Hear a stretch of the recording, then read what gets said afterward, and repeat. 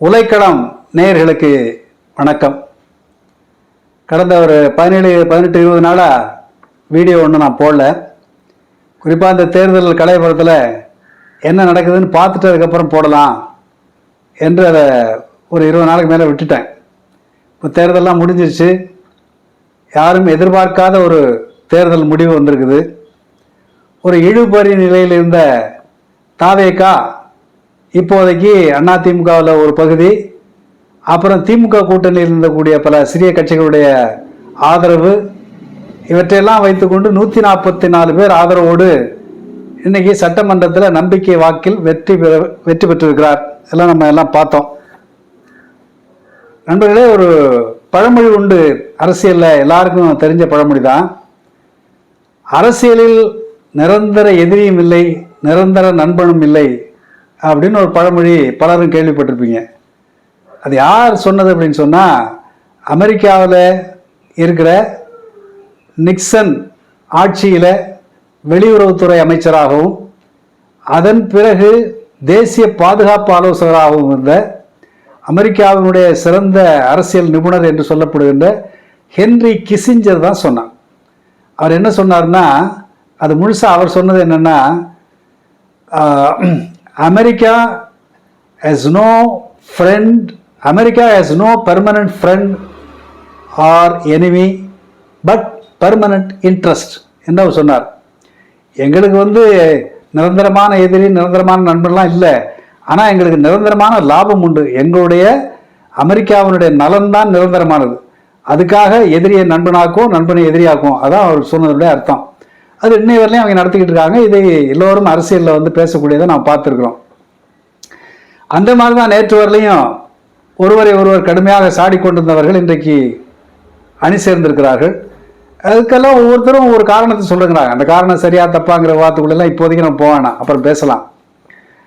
ஆனால் எதிர் அணியாக நின்று கொண்டிருந்த அண்ணா திராவிட முன்னேற்ற கழகம், அண்ணா திராவிட முன்னேற்ற கழகம் தவேகாவோடு கூட்டணி சேருவதற்கு நிறைய முயற்சி பண்ணுச்சு. அண்ணா திராவிட முன்னேற்ற கழகம் முயற்சி பண்ணுச்சுன்னு சொன்னதை விட பிஜேபி அதுக்கு முயற்சி பண்ணாங்க. ஆனால் ஏதோ சில காரணங்களால தனியாக நிற்கிறதுங்கிற முடிவை அவங்களே எடுத்துட்டாங்க. ஆனால் இப்போது அதிமுக ஜெயிச்ச ஒரு 47 எம்எல்ஏ வந்ததற்கு பிறகு எடப்பாடி நேரடியாக விஜயை ஆதரிப்பதற்கு தயங்குகிறார். அப்போ பிஜேபி எதிர்பார்த்த மாதிரி எடப்பாடி விஜயை ஆதரிக்க மாட்டார் அப்படிங்கிற நிலைமை வந்த உடனேயே பிஜேபி தன்னுடைய வேலையை ஆரம்பிச்சிருச்சு, அதிமுகவை 2ஆக உடைக்கிறதுன்னு சொல்லி. அது 47 பேர் இந்த அதிமுகவில் 22 பேர் தான் எடப்பாடி ஆதரிக்கிறாங்க.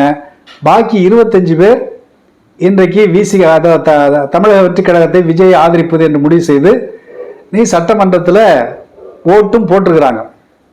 இது உண்மையிலே கட்சித்தாவல் சட்டத்தின்படி குற்றமான மிகப்பெரிய குற்றம்.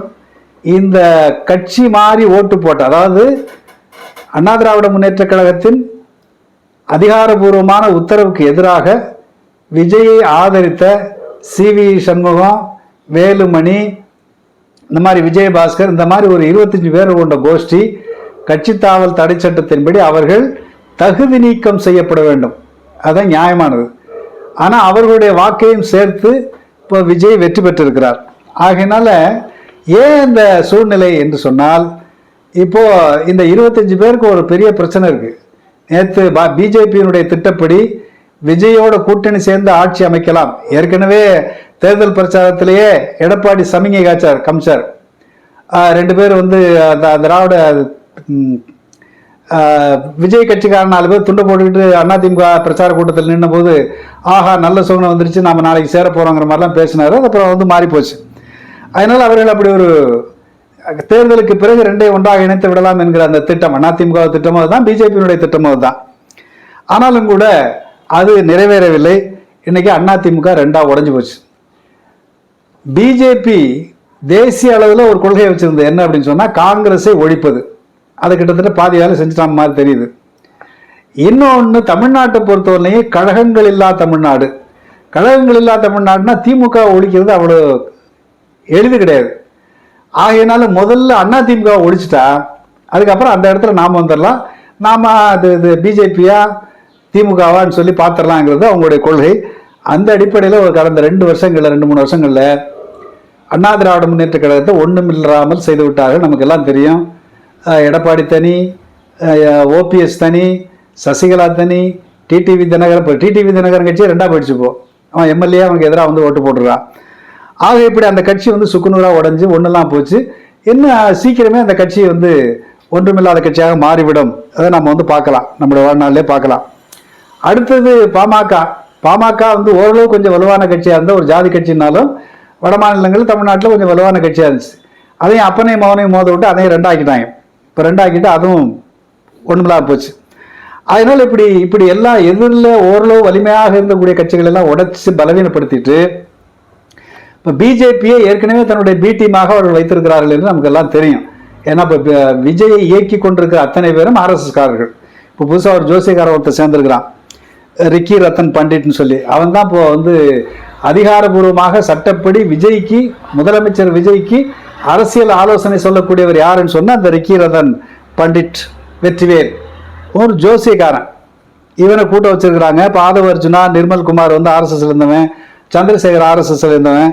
இப்படி ஆர்எஸ்எஸ் கோஷ்டி தான் விஜயை இயக்கி கொண்டிருக்கிற கும்பல் என்பது நமக்கெல்லாம் தெரியும். அதனால விஜய் கட்சி தாவேகா என்பது பிஜேபியினுடைய அறிவிக்கப்படாத ஒரு பி டீம் என்பது நமக்கு நல்லா தெரியும். இந்த நிலைமையில தான் நாம் எதிர்பாராத ஒரு நிலைமையில ரிசல்ட் வந்து இப்போது ஆட்சியும் அமைத்திருக்கிறார்கள். அதெல்லாம் அவருக்கும் இப்போ என்ன போயிட்டு இருக்குன்னா, ஊடக விவாதங்கள்ல, பத்திரிகைகளில், செய்திகளில் விஜய் சொன்னது செய்வாரா, விஜய் ஆட்சி எப்படி இருக்கும், விஜய்க்கு மக்கள் ஆதரவு இருக்கா இல்லையா. இப்போ இன்னைக்கு சட்டமன்றத்தில் கூட உதயநிதி பேசியிருக்கிறார். உங்களுக்கு 66% பேர், 65% பேர் எதிராக தான் போட்டிருக்காங்க, மக்கள் ஆதரவு இல்லைன்னு பேசியிருக்கிறாரு. மற்றவங்க மக்கள் ஆதரவு. இப்படி விதவிதமாக வந்து புள்ளி விவரங்களை வைத்துக்கொண்டு ஏராளமான விவாதங்கள் நடைபெற்று கொண்டிருப்பதை நான் பார்க்கிறோம். ஆனால் ஒரு விஷயம் என்னன்னா, இப்போ யார் வந்து தேர்தலில் வெற்றி பெற்று ஆட்சிக்கு வந்தாலும் நாம் வந்து அதை வந்து நம்முடைய விருப்பத்துக்கு தகுந்த மாதிரி மாற்ற முடியாது. தேர்தல் ஒன்று நடக்குது, தேர்தலேருந்து வந்தவங்க வருவாங்க, அது போகட்டும். ஆனால் முதல் கேள்வி, இவ்வளவுதான் விவாதிக்கிறாங்க, பிஜேபி என்னுடைய பாத்திரம் என்ன, விஜய் நல்லவரா கெட்டவரா, செய்வாரா மாட்டாரா, இந்த விவாதங்கள்லாம் ஒரு பக்கம் இருக்கட்டும். முதல் கேள்வியே இந்த தேர்தல் நேர்மையாக நடந்ததா என்பதுதான் முதல் கேள்வி. அந்த கேள்வியை யாரும் பரிசீலிப்பதில்லை. அதெல்லாம் ஓரம் கட்டி வச்சுட்டாங்க. அதுதான் நாம் வந்து பரிசீலிக்க வேண்டிய முதல் விஷயம். ஓட்டு போட்டு ஜெயிச்சு யார் வேணாலும் வரட்டும், விஜயை விட மோசமான ஆட்கள் கூட வரட்டும். ஆனால் தேர்தல் என்பது நேர்மையாக நாணயமாக நடந்திருக்கிறதா என்பதுதான் முதல் கேள்வி. அதை பற்றி யாரும் பேசவில்லை.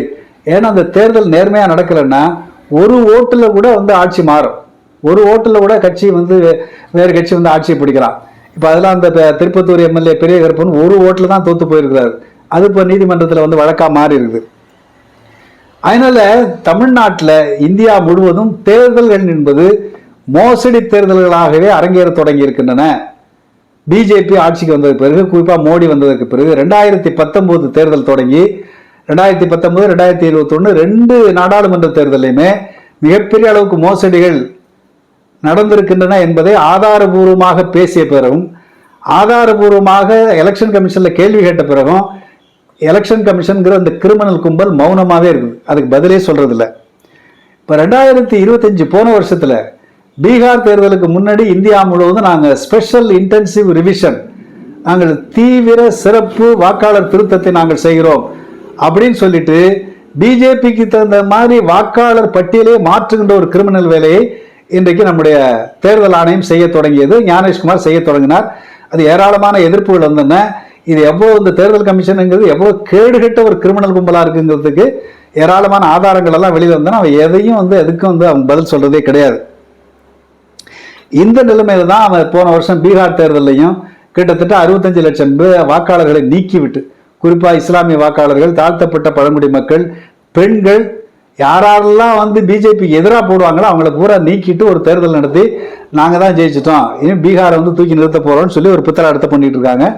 பீகார்ல வந்து அசைக்க முடியாத நபராக இருந்த நிதிஷ்குமாரையும் தூக்கி குப்பையில பேசிட்டு வந்து பார்லிமெண்ட்ல போய் ஒரு ஓரமாக உட்காருன்னு சொல்லிட்டு இந்த மேலவை உறுப்பினராக மாற்றி தூக்கி எறிஞ்சானுங்க. அதுக்கு அடுத்த வந்து எல்லா தேர்தல்களையுமே, மகாராஷ்டிரா தேர்தலாகட்டும், மற்ற தேர்தல்களாகட்டும், அப்புறம் கர்நாடகாவில் இருந்த வந்து இடைத்தேர்தல்களாகட்டும், எல்லா தேர்தல்களிலுமே இந்த வாக்காளர் திருத்தத்தின் மூலமாக பிஜேபிக்கு எதிராக இருக்கக்கூடிய வாக்காளர்கள் என்று குறிவைக்கப்பட்டு அவர்கள் எல்லாம் நீக்கப்பட்டிருக்கிறார்கள். இது மோசடியான தேர்தல் என்று ஏராளமான புகார்கள் வந்திருக்கின்றன. ஆனால் அதை பற்றி யாரும் கேள்வி கேட்பதில்லை. அதே மாதிரிதான் இந்த தேர்தல், இந்த 5 மாநில தேர்தல்களையும் தமிழ்நாடு, கேரளா, மேற்கு வங்காளம், இது எல்லாத்திலுமே மிகப்பெரிய அளவுக்கு வாக்காளர் பட்டியலில் மோசடி நடந்திருக்கிறது என்பது உண்மை. அதில் குறிப்பாக எடுத்துக்கிட்டீங்கன்னு சொன்னா, இப்போ என்ன பண்றாங்கன்னு சொன்னா, விஜய்க்கு வந்து பெரிய ஆதரவு வந்துருச்சு, திமுக ஆட்சி யாரும் பிடிக்கல என்பதை போல ஒரு பிரச்சாரத்தை பலரும் பேசுகிறார்கள். உண்மையிலே திமுகவுக்கு எதிரான, நாம வந்து திமுகவுக்கு ஆதரவு எதிர்ப்புங்கிறதெல்லாம் தூக்கி ஒரு பக்கம் வச்சிருக்கோம். திமுக நல்ல கட்சியா கெட்ட கட்சியா என்பதெல்லாம் ஒரு பக்கம் இருக்கட்டும். ஆனா திமுக கடந்த 5 ஆண்டு கால ஆட்சியில் திமுகவுக்கு எதிரான மனநிலை என்று தமிழ்நாட்டில் யாருக்கும் இல்லை. மாற்றம் வேணும்னு சில சில்லுண்டிகள்லாம் பேசிச்சு, அது ஒரு பக்கம் இருக்கட்டும். திமுகவுக்கு எதிரான குறிப்பிடத்தக்க ஆத்திரம், கோபம் எதுவும் இல்லை என்பது ஒரு உண்மை. ஆனா எப்படி நடந்திருக்கு இந்த வெற்றி, எப்படி சாத்தியமா இருக்குது, ஏன் இந்த மாற்றம்? இது தமிழ்நாட்டில் நடந்த தேர்தல், மேற்கு வங்காளத்தில் நடந்த தேர்தல் நேர்மையாக நடந்த தேர்தலா? இல்லை என்பதுதான் முதல் பதில். தமிழ்நாட்டில் மட்டும் வாக்காளர் திருத்தத்தில் 69 லட்சம் வாக்காளர்கள் நீக்கி இருக்கிறார்கள். என் பையன் போன தேர்தலில் ஓட்டு போட்டால் அந்த தேர்தலில் ஓட்டு இல்லைங்கிறான். இது போல ஏராளமான பேருக்கு ஓட்டு இல்லை. ஒரு ஜெனியூன் ஓட்டர்ஸ் வந்து நிறைய பேர் நீக்கப்பட்டிருக்கிறார்கள். 69 லட்சம் பேர் தமிழ்நாட்டில் நீக்கப்பட்டிருக்கிறார்கள். இப்போ இந்த 65 லட்சம் வாக்காளர்கள், கிட்டத்தட்ட 11% வாக்காளர்களை நீக்கிவிட்டு ஒரு தேர்தல் நடத்திருக்குன்னா, இந்த 11 லட்சம் 69 லட்சம் வாக்காளர்களும் சேர்க்கப்பட்டிருந்தால் விஜய் ஜெயிச்சிருக்க மாட்டாரா? திமுக தோத்திருக்காதா என்று நீங்கள் கேள்வி எழுப்பலாம். ஒரு நாள் தோத்து கூட இருக்கலாம், மாறி கூட இருக்கலாம். ஆனால் 69 லட்சம் வாக்காளர்களை நீக்கிவிட்டு ஒரு தேர்தலை நடத்தினால் அது மோசடியான தேர்தல், நேர்மையற்ற தேர்தல் என்கிற உண்மையை நாம் ஒத்துக்கொள்ள வேண்டும். அது அந்த எல்லாரையும் எல்லா ஜெனுவன் ஓட்டர்ஸையும் சேர்த்து நீ தேர்தல் நடத்து, அதில் வர்ற ரிசல்ட் என்னவோ அதை நம்ம ஏற்றுக்குவோம். ஆனால் 69 லட்சம் பேரை நீக்கியதற்கு எந்தாவது காரணம் உண்டா? எதுவும் கிடையாது. அப்போ 11% வாக்காளர்கள் நீக்கிவிட்டு ஒரு தேர்தல் நடந்திருக்கிறது. இந்த தேர்தல் சட்டப்படியான தேர்தல், இதை நாம் அங்கீகரிக்க வேண்டும் என்று பேசுவதை போல அயோக்கியத்தனம் எதுவும் இல்லை. அதனால முதல்ல இது மோசடியான தேர்தல், இந்த வெற்றியும் மோசடியான வெற்றி என்பதுதான் நாம் புரிந்து கொள்ள வேண்டிய உண்மை. ரெண்டாவது பார்த்தீங்கன்னு சொன்னா, மேற்கு வங்காளத்தை எடுத்துங்க. மேற்கு வங்காளத்தில் பாஜக வெற்றி பெற்று இருக்குது, மமதா தோற்று இருக்கிறார். மேற்கு வங்காளத்தினுடைய கணக்கு என்ன? 91 லட்சம் வாக்காளர்கள் நீக்கப்பட்டிருக்கிறார். 91 லட்சம், கிட்டத்தட்ட 1 கோடி. சரி, இதெல்லாம் நீதிமன்றத்துக்கு போச்சு. மமதா நேரடியாக உச்ச நீதிமன்றத்திலே போய் வாதாடினாரு. எல்லாம் நடந்தது பிறகு உச்ச நீதிமன்றம் இன்னொரு கிரிமினல் தனமான ஒரு வேலையை செஞ்சது. இல்லை, யாரெல்லாம் வாக்காளர்கள் நீக்கப்பட்டிருக்கிறார்களோ அவங்களெல்லாம் நான் நீதிபதிகளை வச்சு வந்து பரிசீலித்து நான் வந்து சேர்த்துக்கிறோன்னு சொல்லி, அது ஒரு மோசடி. வாக்காளர்களை ஏன்டா நீக்கினேன்னு காரணம் கேட்டால், நீக்கினதுக்கு சட்டப்படியா சரியா தப்பான்னு கேள்விக்கிட்டா அது பதில் சொல்லாமல், சரி நீக்கியாச்சு, யாராவது சேர்க்கணும்னு சொல்லிட்டு அவங்க வந்து நான் ஒரு நீதிபதியை நியமிப்பேன், அவங்கள்ட்ட போய் இந்த உண்மையான வாக்காளர் தானாங்கிறத நிரூபித்து நீ வந்து சேர்ந்துக்க அப்படின்னு சொல்லி ஒரு பித்தலாட்டத்தை நீதிமன்றம் சேர்த்து செய்தது. அதன் விளைவாக இப்படி யாரெல்லாம் லாஜிக்கல் டிஸ்கிரிப்பன்சி, ஒரு வந்து நியாயமான முரண்பாடுகள் இருக்கின்றன என்று சொல்லி கிட்டத்தட்ட பல லட்சக்கணக்கான வாக்காளர்களை நீக்கிவிட்டு அவங்களெல்லாம் வந்து நீதிபதிகள் முன்னால் போய் நீ நிரூபின்னு சொல்லி அந்த வேலையை நடக்கும்போது கிட்டத்தட்ட 35 லட்சம் வாக்காளர்கள் அவர்களுக்கு அந்த வாய்ப்பே வழங்கப்படாமல் 91 லட்சம் வாக்காளர்கள் நீக்கியாச்சு. இவன் சொன்ன சட்டப்படியே வந்து பேசிட்டு வான்னு சொன்னது கூட 35 லட்சம் வாக்காளருடைய கோரிக்கை நியாயமாக தீர்க்கப்படாமலே மேற்கு வங்காளத்தில் தேர்தல் நடத்தினாங்க. இப்போ மேற்கு வங்காளத்தில் இது திமுகவும், அதாவது பிஜேபிக்கும் வந்து திரிணாமுல் காங்கிரஸ் மமதா கட்சிக்கும் இடையிலான வேறுபாடு கிட்டத்தட்ட 32 லட்சம் தான் வாக்குகளில். ஆனால் 35 லட்சம் நியாயமான நேர்மையான வாக்காளர்கள் நீக்கப்பட்டு வெளியிலே நிற்கிறார்கள். அவருடைய வாக்குரிமை நீதிமன்றத்தாலே மறுக்கப்பட்டிருக்கு. இவ்வளவு அயோக்கியத்தனம் பண்ணிட்டு அது நியாயமான தேர்தல்னா எப்படி நம்ம ஒத்துக்க முடியும்? அதனால தான் அந்த அம்மா மமதாவை பற்றி நமக்கு 1000 கருத்து வேறுபாடுகள் இருக்கிறான். அந்த அம்மா என்ன சொன்னா, இது இந்த தேர்தலை நான் ஒத்துக்கவே மாட்டேன், இது தேர்தலே இல்லை, நான் முதலமைச்சர் பதவியிலேருந்து ராஜினாமா பண்ணுறதுல அடாவடியாக அந்த அம்மா பயிற்சி, அது ஒரு பக்கம் இருக்கட்டும். ஆனால் கூட அந்த அம்மா பேசினதுல ஒரு நியாயம் இருக்குது. அந்த தேர்தல் நடந்த அடுத்த நாளே என்ன செய்தார்கள்? மேற்கு வங்காளம் பூரா மிகப்பெரிய கலவரம். சிபிஎம் ஆஃபீஸை போய் அடிக்கிறான், மமதான திரிணாமுல் காங்கிரஸ் ஆஃபீஸை அடிக்கிறான், எல்லாத்துக்கும் மேலே லெனின் சிலையை போய் உடைக்கிறான். இவ்வளவு அயோக்கியத்தனையும் மேற்கு வங்காளத்தில் செய்தார்கள். இதை ஏன் செய்கிறார்கள்? அது மட்டும் இல்லை, மேற்கு வங்காளத்தில் இந்த வாக்காளர் மோசடிக்கு உடந்தையாக இருந்த ஒரு நபர் தான் இன்றைக்கு மேற்கு வங்காளத்தினுடைய தலைமைச் செயலாளராக நியமிக்கப்பட்டிருக்கிறார். எவ்வளோ பெரிய அயோக்கியத்தனம் இது! இதே மாதிரி தான் வந்து கேரளாவிலையும் இடது அரசு வந்து வீழ்ந்திருக்கிறது. இடது அரசு வீழ்ந்ததற்கு பிறகு இதெல்லாம் மோசடி நடந்திருக்குது, மோசடி செய்துதான் எதிர்கட்சிகளை வந்து மோடி கும்பல் வந்து காலி பண்ணியிருக்குங்கிறதுக்கு ஒரு சின்ன உதாரணம். கேரளாவில் பினராயி விஜயன் அரசு வந்து தோல்வி அடைந்து விட்டது, ரைட்டு. அதன் பிறகு மோடி பேசுனதை நீங்கள் தயவு செஞ்சு கேட்டு பாருங்க. இந்தியாவில் கம்யூனிஸ்ட் இல்லாத இந்தியா இப்போது உருவாகி இருக்கிறது. யாரு? இத்தனை ஆண்டுகளில் திரிபுராவிலேயோ மேற்கு வங்காளத்திலேயோ கேரளாவிலேயோ எங்கேயோ ஒரு இடத்துல சிபிஐ ஆட்சி என்பது நடந்துகிட்டே இருந்துச்சு. எங்கேயோ இந்தியாவில் ஏதோ இந்த 3 மாநிலங்களில் ஒரு இடத்துல கம்யூனிஸ்ட் ஆட்சி நடந்துகிட்டு இருக்குது. இப்போ கேரளாவில் தோற்ற பிறகு தமிழ்நாட்டில் இந்தியா முழுவதும் எந்த மாநிலத்திலும் இடதுசாரிகள் ஆட்சியிலே இல்லை. இதை மோடி என்ன சொல்றாரு? இது வந்து இடதுசாரிகள் தோற்று விட்டார்கள், ஏதோ ஒரு ஆட்சி மாற்றம் நடந்துச்சு அப்படின்லாம் நினைச்சுக்காதீங்க. இந்தியா சித்தாந்த ரீதியாகவே தன்னை மாற்றிக்கொண்டு விட்டது. இடதுசாரி சித்தாந்தத்திற்கு இங்கே வேலை இல்லை என்பதை நம்முடைய மக்கள் நிரூபித்து விட்டார்கள் என்று ஒரு புது வியாக்கியானம் பண்றாரு மோடி. எவ்வளவு பெரிய அயோக்கியத்தனமான பேச்சுன்னு பாருங்க. அப்போ காங்கிரஸ் முக்து பாரத், கழகங்கள் இல்லா தமிழ்நாடு, இது எல்லாத்தையும் விட மோடிக்கு இருக்கக்கூடிய ரொம்ப முக்கியமான பிரச்சனை என்னன்னா கம்யூனிசம் இல்லாத இந்தியா என்பதுதான் அவருடைய முக்கியமான கோரிக்கை. அதனால்தான் வந்து 31/3/2026 மாவோயிச தீவிரவாதத்தை ஒழிப்போம், கம்யூனிசத்தை இந்தியாவிலிருந்து விரட்டுவோம் என்று மோடி பேசியதை நான் உங்களுக்கு நினைவுபடுத்த ஆசைப்படுகிறேன். இவ்வளவு தில்லும் முள்ளும் பித்தலாட்டமும் அயோக்கியத்தனமும் செய்துதான் இந்த தேர்தல்கள் நடத்தப்பட்டிருக்கின்றன. இன்னைக்கு விஜய் பரிசுத்த வேஷம் போடுற இந்த விஜய், உலகமகா யோக்கியன் வேஷம் போடுற இந்த விஜய் தேர்தலிலே வெற்றி பெற்றுவதற்கு 1500 3000 கோடி ரூபாய் செலவழிக்கப்பட்டதாக சொல்லுகிறார்கள். அதை நம்ம புரிஞ்சுக்கிறது ஒன்றும் கஷ்டம் இல்லை. விஜய் நடத்தின 3-4 மாநாடுகள், தேர்தல் பிரச்சாரம், இதுக்கான செலவெல்லாம் தோராயமாக வந்து சும்மா சாதாரணமாக எஸ்டிமேட் பண்ணி பாருங்க எத்தனை கோடி ஆயிருக்குன்னு சொல்லி.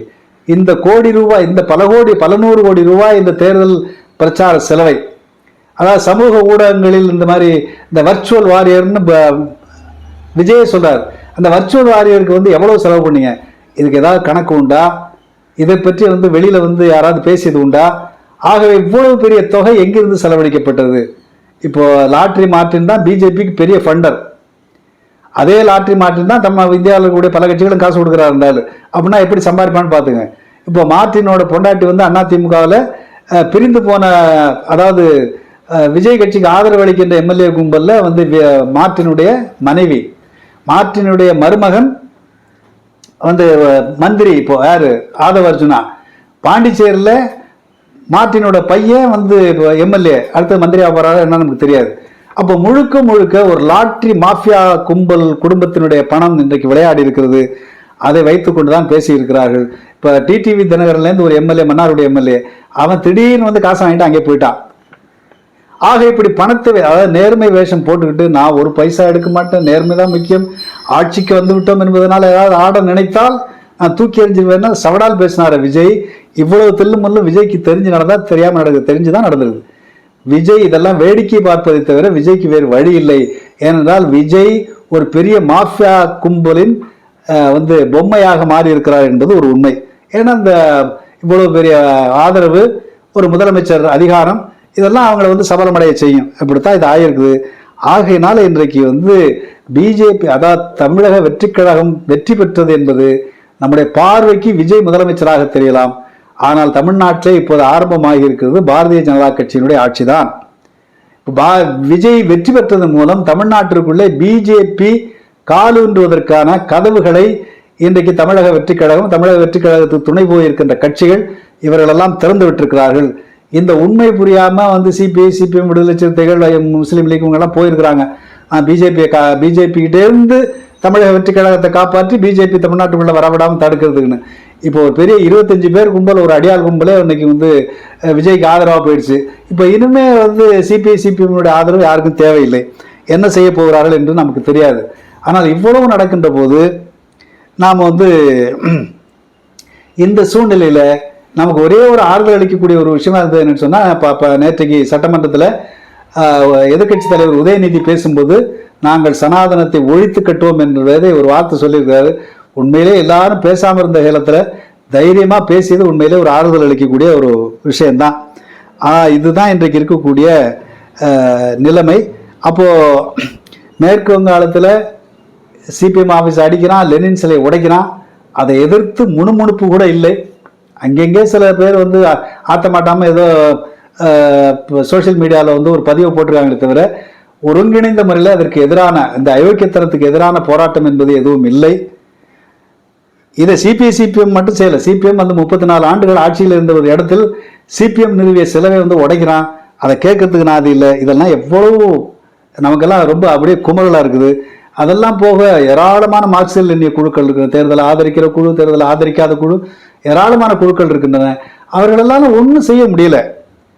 அப்போ மார்க்சியல் எண்ணிய குழுக்கள் என்று சொல்லப்படுகின்ற குழுக்கள் எல்லாம் சிதறி சின்ன பின்னமாகி, இன்னும் சொல்ல போனால் மக்களால் ஒதுக்கி தள்ளப்பட்ட அமைப்புகளாக இன்றைக்கு மாறி போயிருக்கின்றன என்பது யதார்த்தம். நான் சொல்றது பல பேருக்கும் கோபம் வரலாம். இதுதான் உண்மையான யதார்த்தம். ஜனங்க வந்து யாரும் நம்மளை வந்து சீண்டி கூட பார்க்கறது இல்லை. இதுதான் மார்க்சியல் எண்ணி இயக்கமுடைய நிலைமை. இதெல்லாம் பார்த்தா வந்து மக்கள் வந்து விஜய்க்கு ஆதரவு தெரிவித்தார்கள் என்பதை போல பேசுவதும், இந்த எஸ்ஐஆர் என்கிற அந்த ஓட்டு வாக்காளர் தேர்தலில் இவர்கள் நடத்தியிருக்கிற மோசடியை கண்டுகொள்ளாமல் விடுவதும் எவ்வளவு ஆபத்தானதுன்னு பாருங்க. இப்போ இதெல்லாம் விடுங்க. இப்போ மார்க்சியல் எண்ணிய குழுக்கள்லேயே ஒரு குழு ஒன்று இருக்குது, இந்த லிபரேஷன்லேருந்து பிரிஞ்சு போன மக்கள் விடுதலைன்னு சொல்லி. அந்த குழு நேரடியாக வந்து விஜய் ஆதரித்து அறிக்கையை விட்டுருக்குறாங்க. அந்த குழு எப்படிப்பட்ட குழுன்னு விஜய்க்கு தெரியுமா, அந்த பேர் தெரியுமான்னா நமக்கு தெரியாது. ஆனால் இவர்களாக நினைத்துக் கொள்கிறார்கள் விஜய்க்கு ஆதரவு கொடுக்கணும். இப்படி ஒரு மார்க்சியல் எண்ணிய குழு என்று சொல்லப்படுகின்ற குழு நேரடியாக விஜய்க்கு ஆதரவு தெரிவிக்கிற நிலைமைக்கு போயிருக்குன்னு சொன்னால் இவர்களெல்லாம் எந்த கணக்கில் சேர்ப்பது?